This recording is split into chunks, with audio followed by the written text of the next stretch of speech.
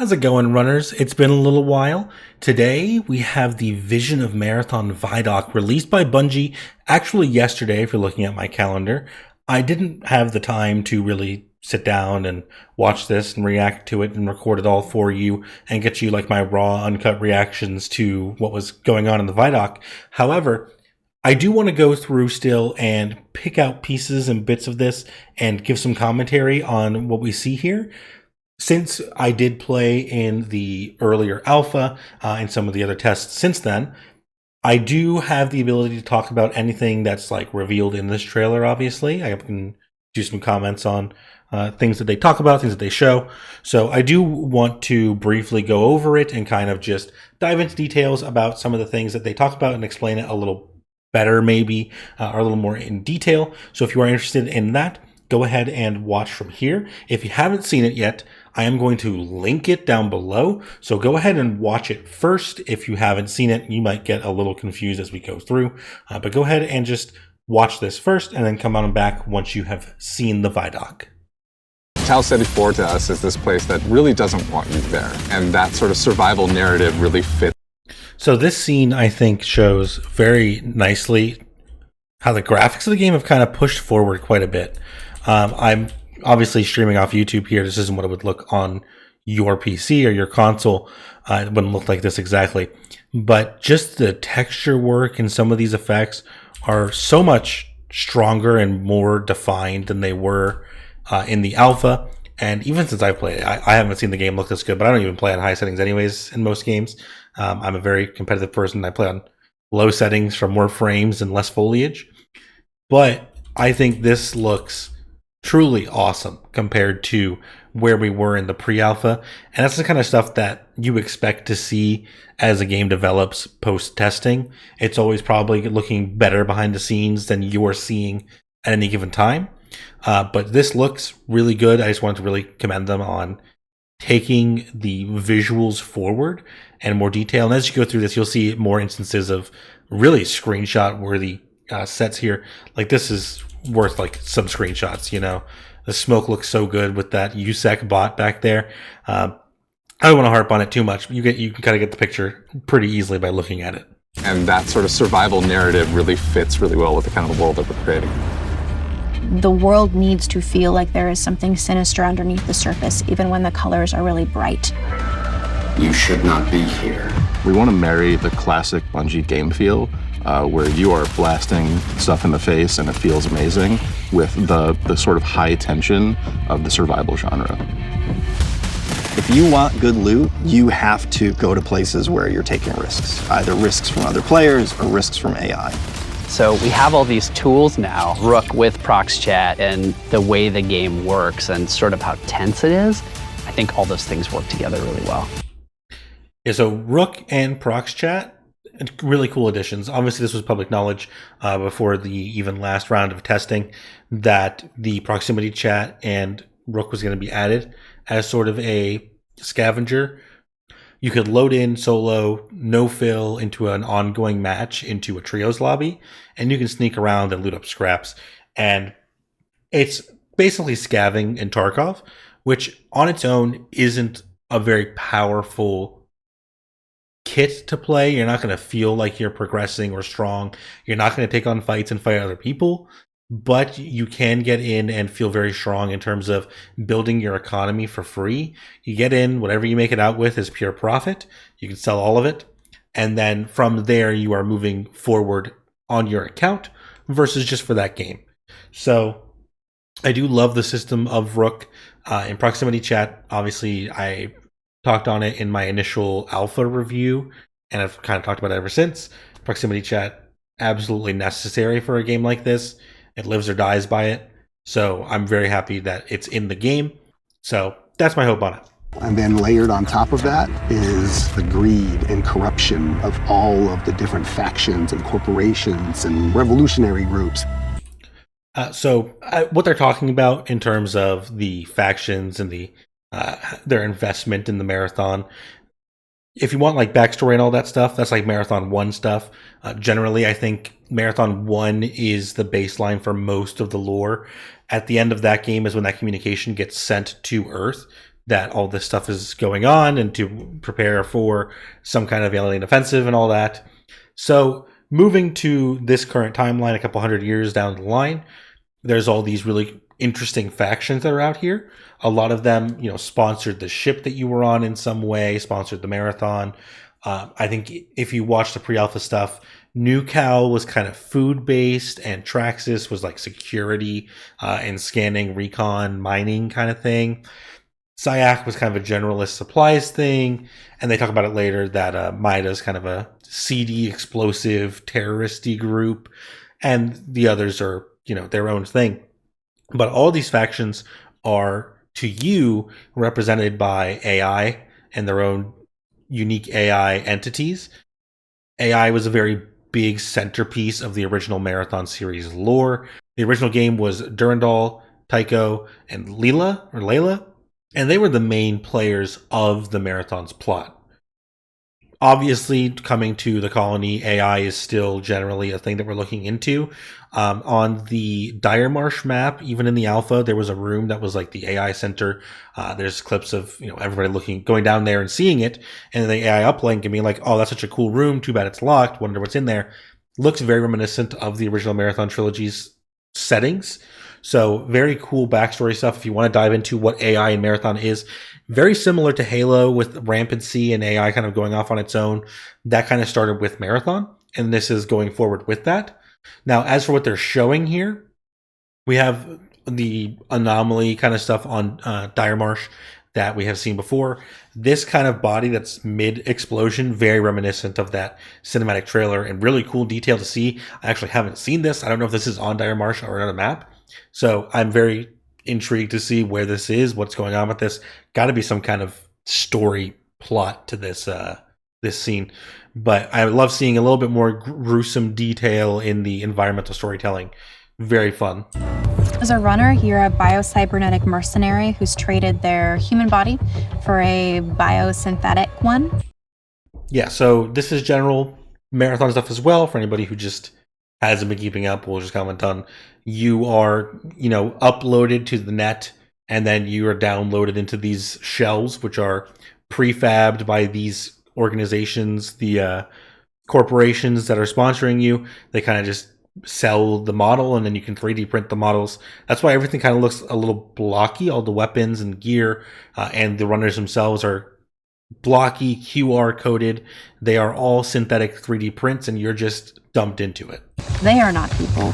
You are the person. You go into that shell and adopt the personality matrix that is specifically designed to help you do the thing that you need to do. So that's an interesting tidbit that I think this is kind of morphed over time, right? Originally, it seemed like we were going to bring our own custom characters and we were going to do our own customization and stuff like that very early on in development. And then it slowly moved into this hero shooter section. And they're moving a little bit away from you are playing as Void, who is Void, to you are playing as Void, who is a shell called Stealth. He's a stealth specialist. And then the personalities of these shells being assistants is new. So yes, you were always uploading yourself into these, but I think before, from the earlier context, it was Glitch was a character who uploaded themselves into the net, and every time you played Glitch, you were playing an iteration of the same character. Now, from how they're talking about it here, it seems more like you are you, and the shells themselves are built in with their own AI, basically, who is providing intel or assistance. So when they're yelling smoking, that's actually the AI telling you that you're smoking or something. Interesting take on it. I like it a little bit more than where we were earlier, than the straight, this is the character, this is what it is. But I like the disconnect between you as the player and the voices coming out of the models. Things that you want, and it's up to you to vest them. All right, sorry. I got to go back here. I know I'm pausing a lot here. But this is a character who, as of yet, not really shown off gameplay-wise. I have not played this character. No idea the full details of her kit. But from the leaks, she is leaked to be able to pickpocket people. This is obviously her grapple hook, and they took a page out of Strand's book in Destiny, where yes, you make grappling to an object is interesting. And in Destiny, you can grapple rockets, you can grapple things that are moving trains. This looks like it can grapple buildings in some earlier shots, but like Strand, where Strand will grapple the invisible mental web of the universe to let you pull yourself around and grapple around. This has a device that will look like it makes a point in space to grapple off of its own accord, some kind of gravity control for itself. Super cool, super fluid. I thought this character was going to be my character as soon as I saw the name Thief, and I told myself probably going to be able to pickpocket because that was a thing in Dark and Darker.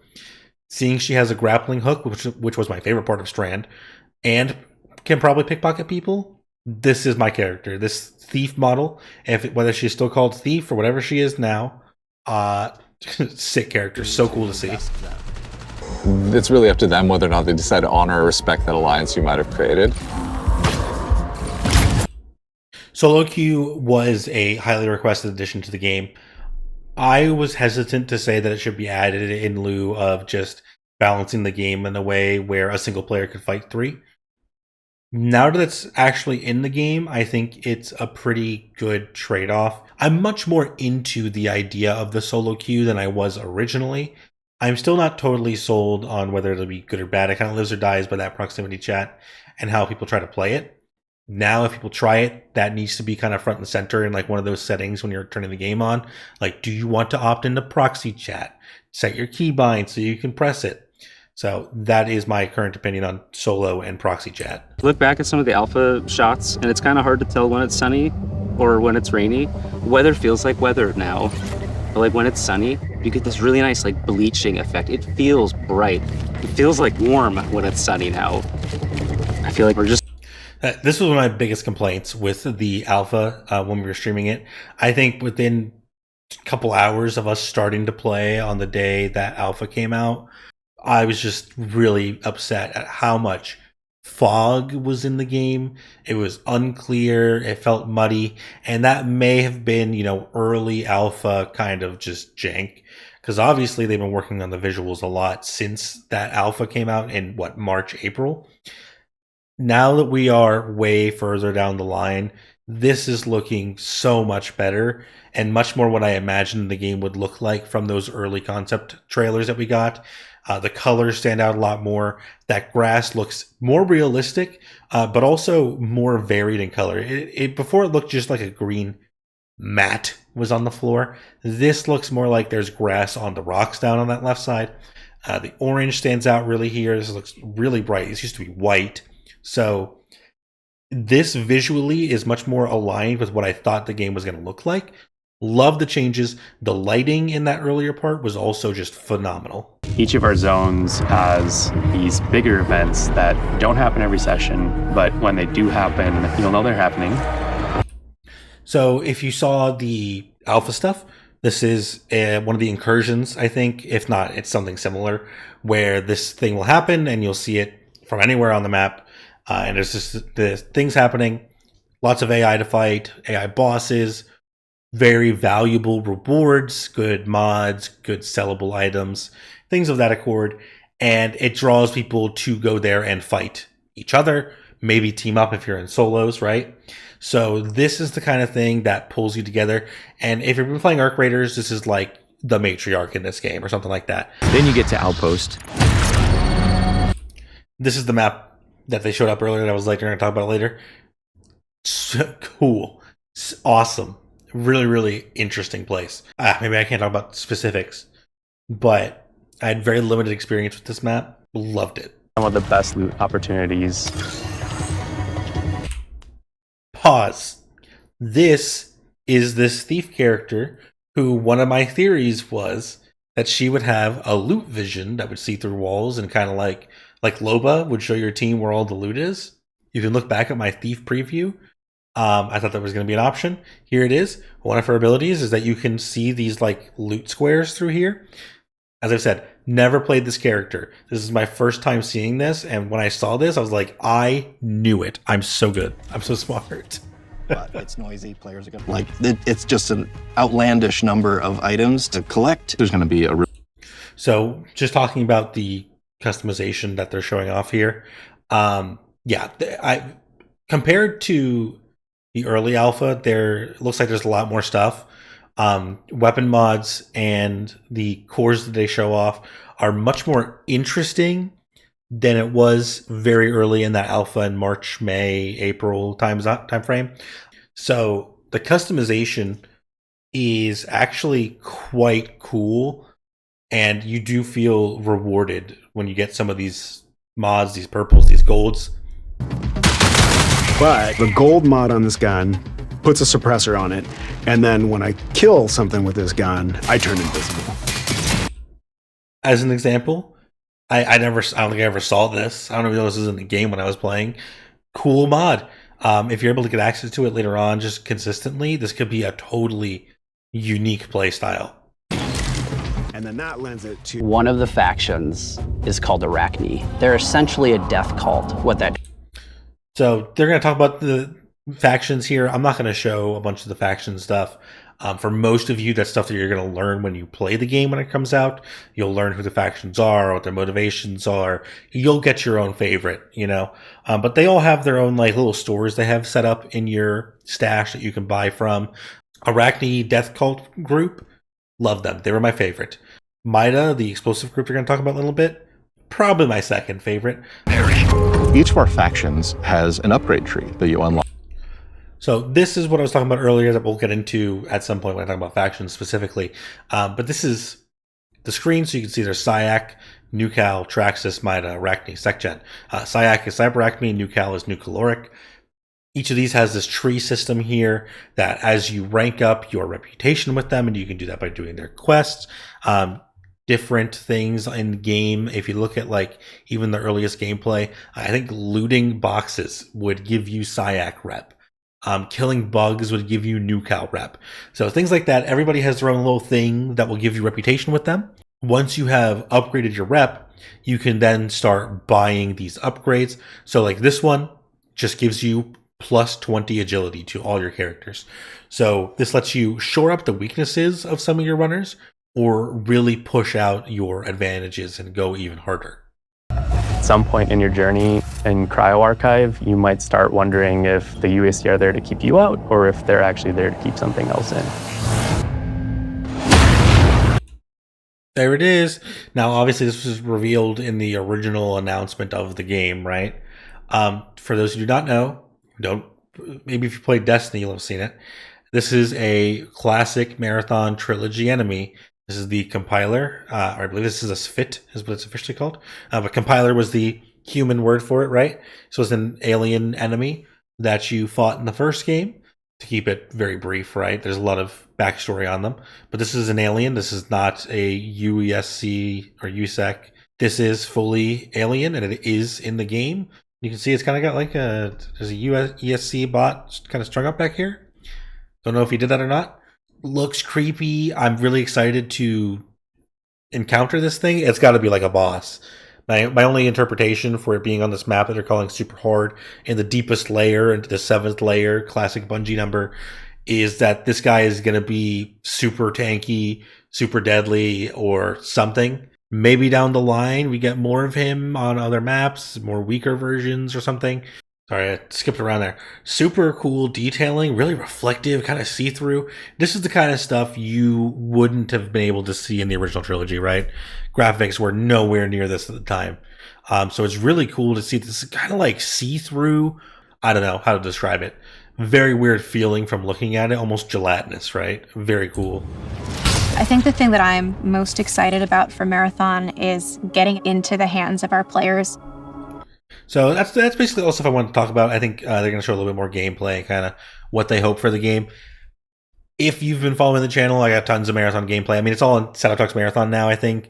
I have all the stuff from the first alpha test recorded.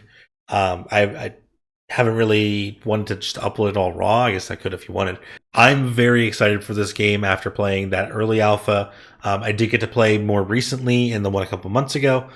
I wasn't able to talk about it, obviously not able to talk about it still. But I am able to make comments on anything that they showed off that I have experienced. So the stuff that I talked about that I have experienced in it, definitely, my opinions on it. Like I liked Outpost; it was a very cool map. But most of the stuff that I experienced was very similar or the same concepts as the early alpha. It hasn't changed substantially to the point that it's unrecognizable, right? But graphically, the game is a huge step forward. Combat, I think we're going to have to wait and see what it looks like when that beta comes out that you're talking about. There is going to be a public test. When that happens, that's going to be a really interesting thing to look at, is how combat flows, what kind of time to kill we're looking at, how equipment plays into that. Can you increase or decrease damage substantially from players? I am super excited that this is coming up soon, that it is looking like such big steps have been taken graphically and gameplay wise. So I'm very excited to see maybe what it looks like in the next couple of months, because as you'll see right up ahead here,